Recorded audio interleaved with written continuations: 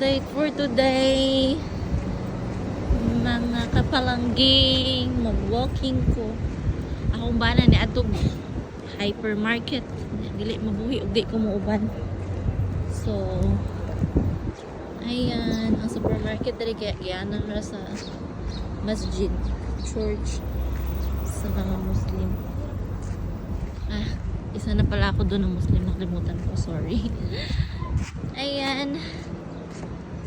Medyo pa summer na, kaya medyo mainit na. Malapit lang kasi yung bilihan dito sa supermarket kung saan ako ng partition. Walking lang.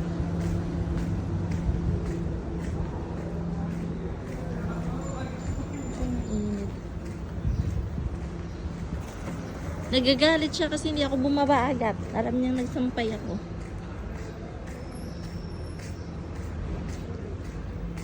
Yung asawa ko hindi makalabas pag hindi ako kasama.